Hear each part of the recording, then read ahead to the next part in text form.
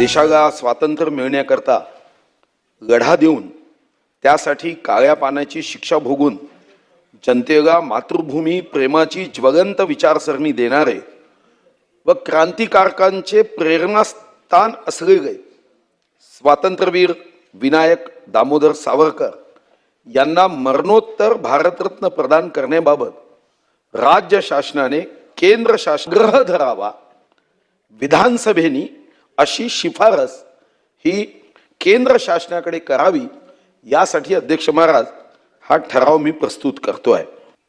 श्रद्धेय अटल बिहारी म्हणाले की सावरकर माने तप, सावरकर माने तत्व, सावरकर माने तर्क, सावरकर माने तारुण्य, सावरकर माने तीर, सावरकर माने तलवार, सावरकर माने तिल मिलाहट, सावरकर माने तितिक्षा, सावरकर माने तिखापन, सावरकर माने तिखट। कैसा बहुरंगी व्यक्तिमत्व आहे। त्यांच्या कवितेमध्ये स्वातंत्र्यवीर सावरकरांच्या संदर्भामध्ये अध्यक्ष महाराज अतिशय अतिशय उत्तम वर्णन त्यांनी स्वातंत्र्यवीर सावरकरांच्या बहुरंगी विविध गुणांचं अध्यक्ष महाराज केलं। खरं तर देवेंद्रजी हे स्वतः स्वातंत्र्यवीर सावरकरांच्या विचारांनी प्रभावित होऊन राजकारणामध्ये त्यांनी सुद्धा आपल्या आयुष्यामधली सुरुवात केली। माननीय मोदीजी असतील, माननीय अमितभाई असतील, यांची तर प्रखर आणि प्रचंड श्रद्धा आहे।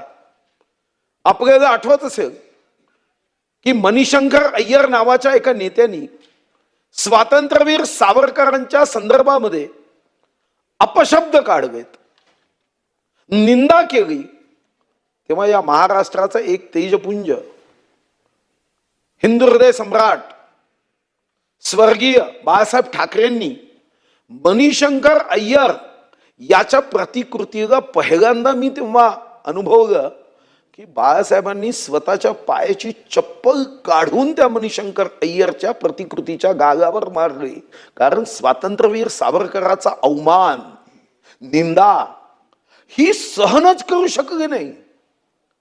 आणि अध्यक्ष महाराज जर आम्ही विचार केला तर आपल्या राज्यामधले देवेंद्रजी असतील, एकनाथ शिंदेजी असतील, या संदर्भामध्ये कधी ना कधी त्यांनी या संदर्भामध्ये भाष्य केलं आहे। एकनाथ शिंदेजी म्हणाले की सावरकर हे केवळ एक व्यक्ती नसून प्रखर विचार आहे। श्रीमान उद्धव बाळासाहेब ठाकरेजी म्हणतात की स्वातंत्र्यवीर सावरकर आमचे दैवत आहे, त्यांचा अवमान सहन केल्या जाणार नाही, त्यासाठी कितीही किंमत मोजावी लागली तरी चालेल। म्हणजे ठरावाला त्यांचाही निश्चितपणे सभागृहात नसले तरी पाठिंबा आहे।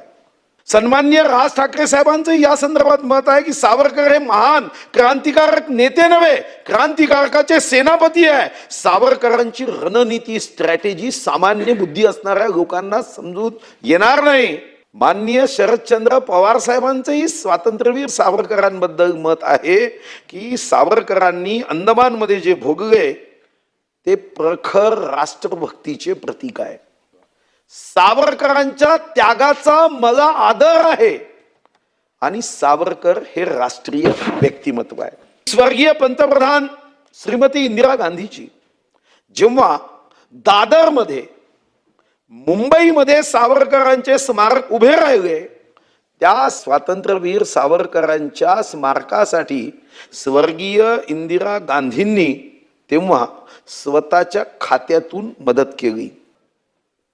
माननीय अमित शहा साहेबांना जर आपण भेटलो आमदारांच्या माध्यमातून तर या संदर्भात ते सुद्धा पुढाकार घेऊ शकतात, कारण त्यांच्या अभ्यासातून त्यांनी मांडलेले त्यांच्या भाषणातले जे मुद्दे आहे की भारताचे सशस्त्र क्रांतीचे महानायक म्हणजे सावरकर, अस्पृश्यता निवारण करणारे ठोस समाज सुधारक म्हणजे सावरकर, भारतीय क्रांतीचे महामेरू म्हणजे सावरकर।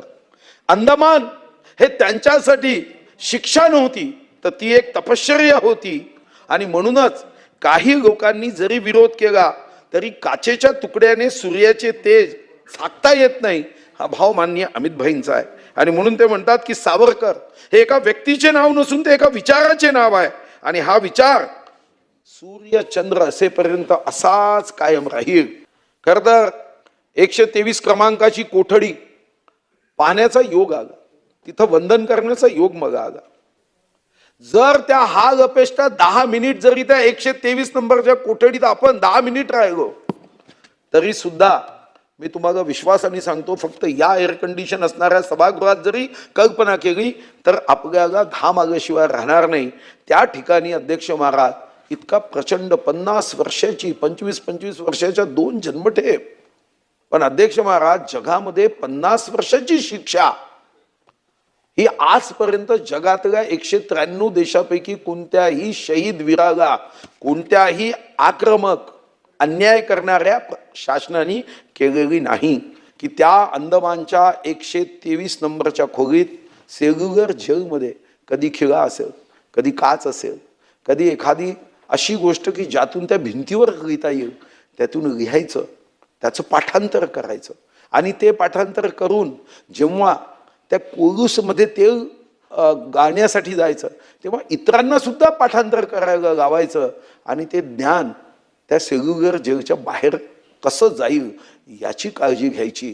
अशा स्वातंत्र्यवीर सावरकरांना सूर्याचं तेज आपल्याला जसं सामावून घेता येणार नाही तसं स्वातंत्र्यवीर सावरकरांच्या कर्तृत्वाला आपण चौकटीत बांधू शकणार नाही. माजी मंत्री महोदयांना विनंती आहे, ही सुवर्ण संधी आहे, असे प्रसंग कमी येतात.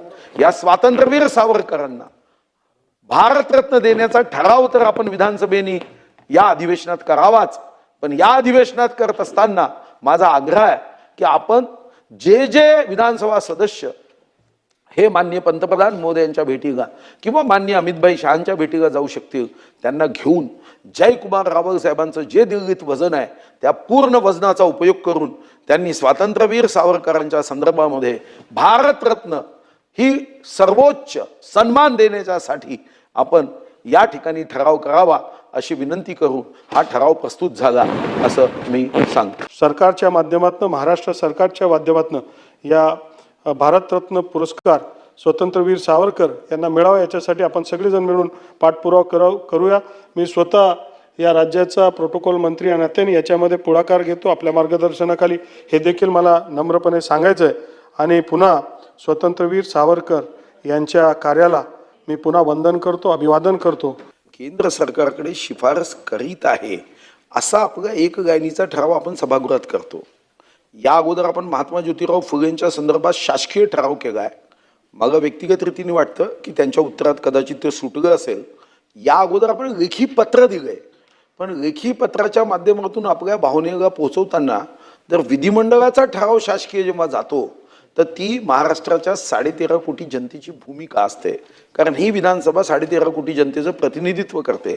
आणि म्हणून मंत्री महोदयांना माझी विनंती आहे की देशासाठी देहाकडून देवाकडे जाताना देश लागतो आणि देशाचं आपण काही देणं लागतो, हा भाव ज्या स्वातंत्र्यवीरांचा आहे त्या स्वातंत्र्यवीराच्या संदर्भामध्ये शासकीय ठराव करावा एवढी विनंती. स्वतंत्रवीर सावरकर हे अत्यंत महान व्यक्तिमत्व होते आणि देशासाठी त्यांचं बलिदान अतुलनीय आहे. अध्यक्ष महोदय, आपल्याला माहिती आहे की या सगळ्या गोष्टीची एक प्रणाली आहे. सुधीर भाऊ यांना पाहून यांच्याकडनं शिकूनच आम्ही सगळे इथपर्यंत पोहोचलेलो आहे. आणि म्हणून मी त्यांना सांगतो की सकारात्मक, कारण शेवटी हा तुमचा माझा प्रश्न आहे, हा देशाच्या भावनेचा प्रश्न आहे. अनेक पिढ्यांनी हे सगळ्या या गोष्टी, अनेक पिढ्यांचाही याच्यामध्ये प्रश्न येतो आणि फार मोठं त्याग बलिदान देखील देशासंदर्भात समर्पित भावना आहे. सुधीर भाऊ, आपल्या मताशी आम्ही सहमत आहे आणि म्हणून ती जी काय प्रणाली आहे ती रितसर प्रणाली करून याच्या माध्यमातून सकारात्मक मार्ग काढण्यात येईल. महात्मा ज्योतिराव फुले आणि क्रांतीज्योती सावित्रीबाई फुलेंचा मी अशासकीय ठराव मांडला. मंत्री महोदयांनी सांगितलं की शासकीय ठराव येईल, त्यांनी शासकीय ठराव आणला. आता स्वातंत्र्यवीर सावरकर, कारण 19 भारतीय जनता पार्टीच्या मॅनिफेस्टोमध्ये आहे. मी भारतीय जनता पार्टीच्या भूमिकेच्या इकडे तिकडे जात नाही आहे, मंत्री महोदयांनी जाऊ नये. माझी विनंती मंत्री महोदयांना आहे की या अगोदरही आपण शासकीय ठराव केला आहे, त्याची प्रोसेस आहे. बरोबर आहे, काय प्रोसेस आहे तर शिष्टाचार विभागाने कॅबिनेटकडे एक नोट करायची असते. खरं तर उद्याच कॅबिनेट आहे, कारण बजेट मांडायची असेल तर 2 वाजताच्या बजेटला 1 वाजताची कॅबिनेट होणारच आहे. खरं तर तुम्ही 1 वाजताही कॅबिनेटमध्ये तो मंजूर करू शकता. 2 गायींचा ठराव आहे, त्याला काही फाईल बनवायची नाही आहे, वित्त विभागाची अनुमती नाही, नियोजन विभागाची अनुमती नाही. फक्त कॅबिनेटमध्ये की असा विधानसभेच्या कामकाजामध्ये ठराव मांडतो, तेवढाच ठराव मांडायचा. असं करून आपण महाराष्ट्राच्या जनतेला आपल्या सरकारच्या बाबतीमध्ये प्रश्नचिन्ह का निर्माण करतोय? आपण केलेत ना ठराव. सुधीर भाऊ याच्यामध्ये कोणाच्याही मनामध्ये तीड मात्र विषय असूच शकत नाही. हो हो हो, आपण जे म्हणता ते स्वातंत्र्यवीर विनायक दामोदर सावरकरजी यांच्या संदर्भात आपल्याला या सभागृहाच्या माध्यमातून ठराव करून आपल्याला पुढे केंद्र सरकारकडे आपल्याला तो विषय न्यायचा आहे आणि 100% शासकीय ठरावाच्या माध्यमातून करण्यात येईल. आणि हा आपल्या सगळ्यांचा ध्येय आहे, आपल्या सगळ्यांचा विचार आहे, त्यांच्या बाबतीतला आपल्या सगळ्यांचा आदर आहे आणि म्हणून त्यांच्याकडनं प्रेरणा घेत आपण 100% हा ठराव करणार.